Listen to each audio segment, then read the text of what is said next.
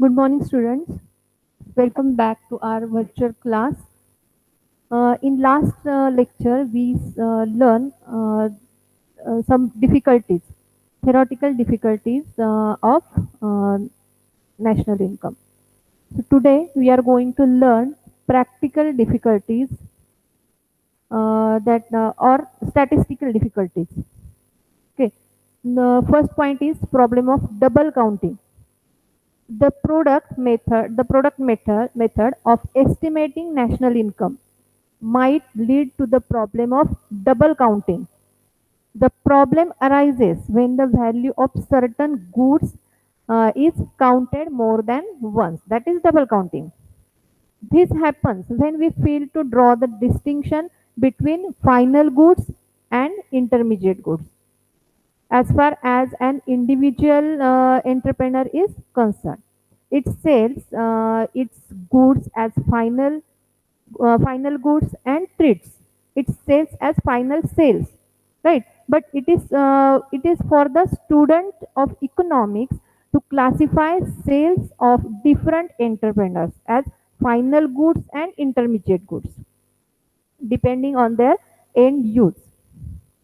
Okay, I show you one chart after this lecture that is differentiate between intermediate goods and final goods.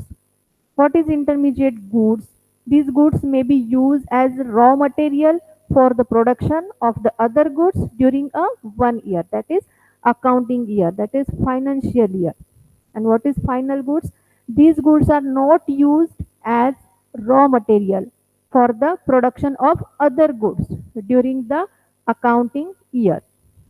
Then these goods may be resold by the firms for profit during the accounting year, and the final goods are not resold.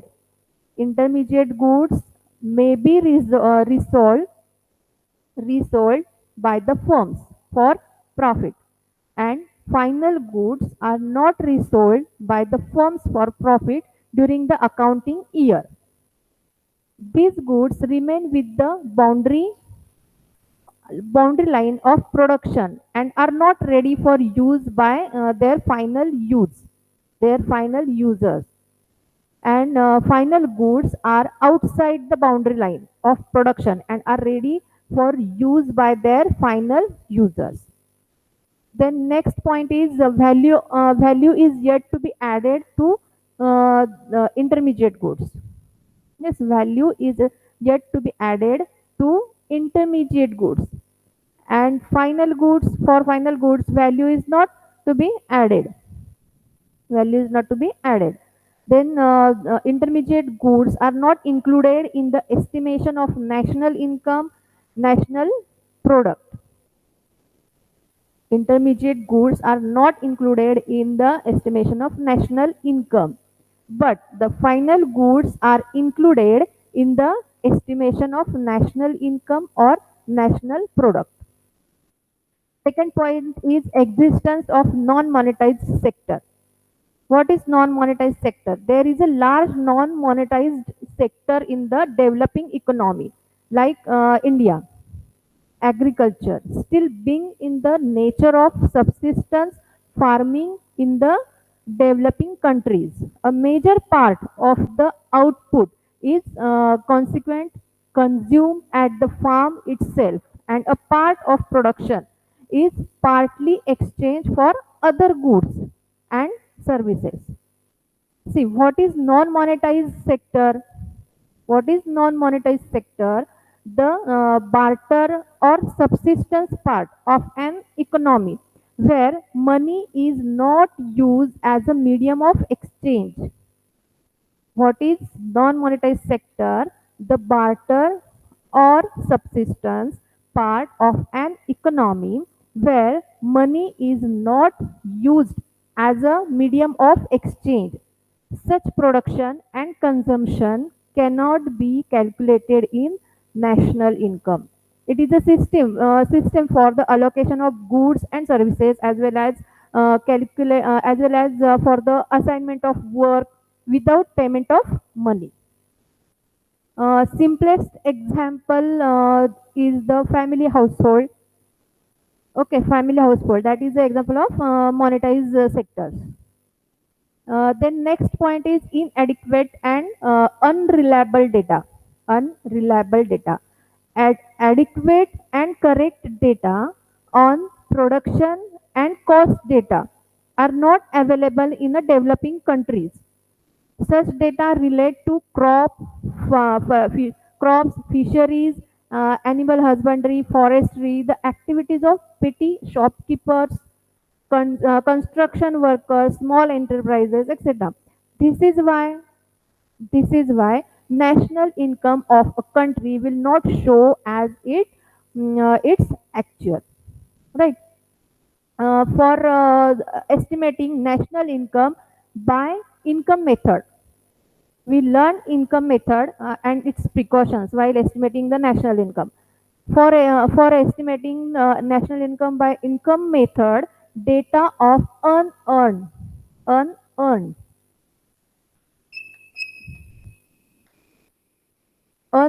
income unearned income means it is a income from investments and other sources other sources unrelated to employment, right. For example, interest from saving account, that is unearned income, means it is known as a passive source of income, right. Is income not acquired through work. This income is not acquired through work. Okay. For estimating national income by national income method of data of unearned income and on persons employment in the service sector are not available. So data on consumption and investment expenditure. We learned what is consumption expenditure and investment expenditure. Data on consumption expenditure and investment expenditures of the rural and urban population are also not available for the estimation of national income. Moreover, there is no machinery for the collection of data for such countries. So this data is not available. Data is not available, so it is not estimate in national income. Okay. The next point is depreciation. Depreciation. We learned in our previous lecture what is depreciation. Okay, just revise it. The calculation of depreciation on capital consumption is one more difficulty. There are capital goods and final goods. Okay. So when the calculation of depreciation on capital consumption is one more difficulty. Depreciation refers to wear and tear of capital assets due to their use in the process of production. Okay. Depreciation of capital assets will depend on technical life of the of that assets,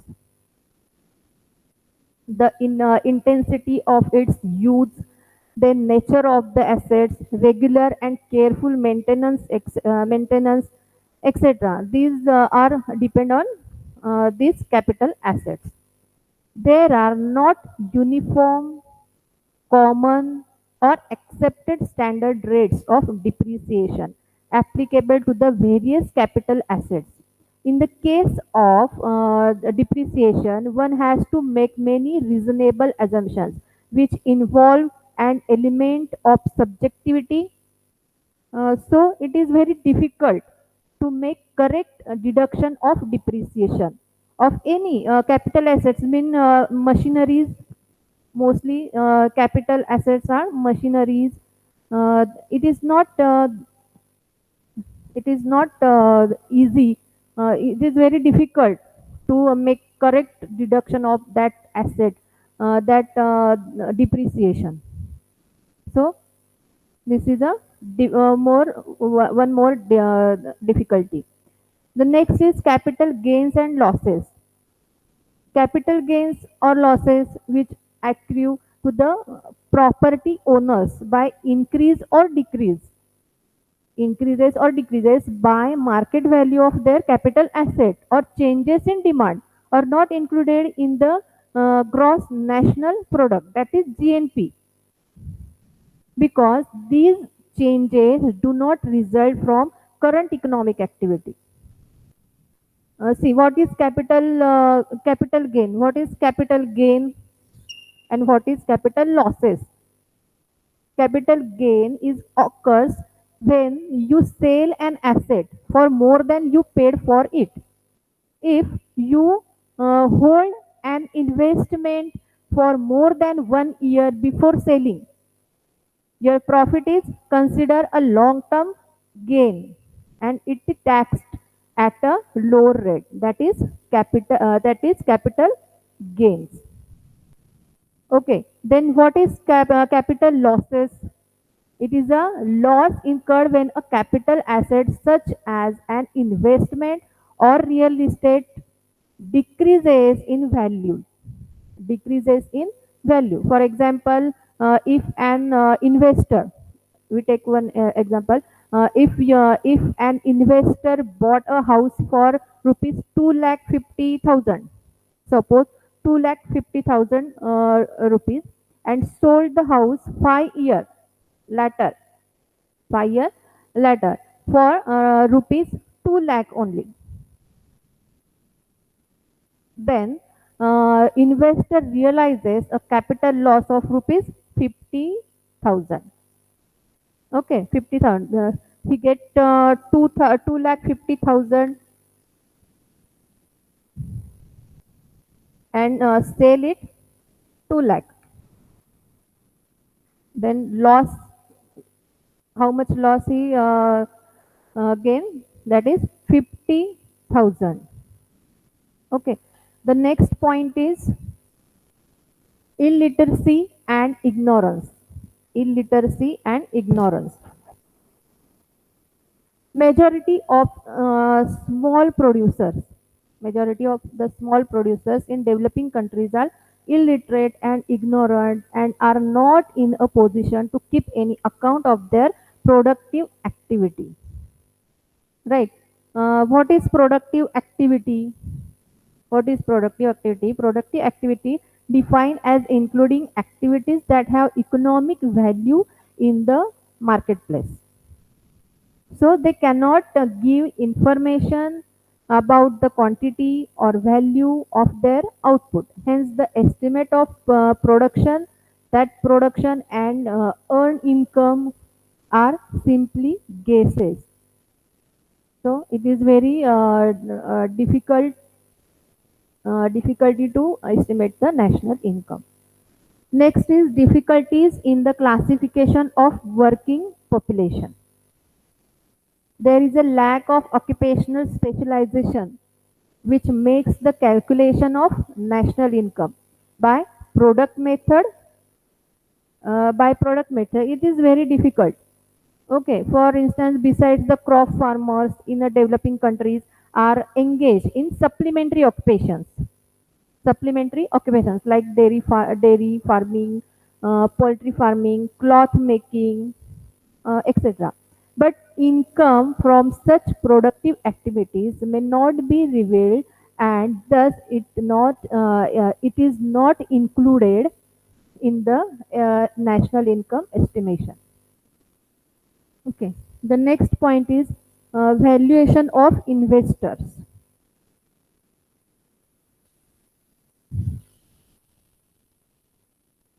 Valuation of investors.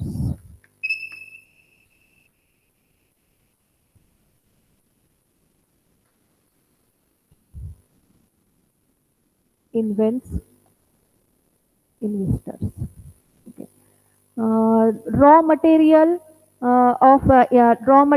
intermediate goods, semi-finished goods, finished products in the stock of producers are known as inventory. Okay, raw material, intermediate goods, semi-finished goods, finished goods in the stock of producers are known as inventory. All inventory changes whether negative or positive. So are included in the GNP. These are included in the GNP. Any mistake in measuring the value of inventory will distort distort the value of the final production of the producer. Therefore, valuation of inventories require carefully carefully assessment. So it is the one more difficulty to estimate the national income. I show you one chart that is differentiate between intermediate goods and uh, final goods.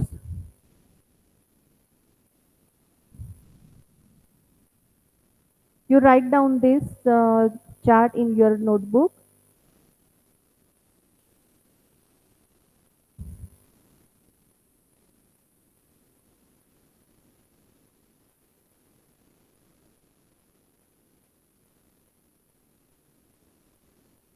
That is intermediate goods and final goods.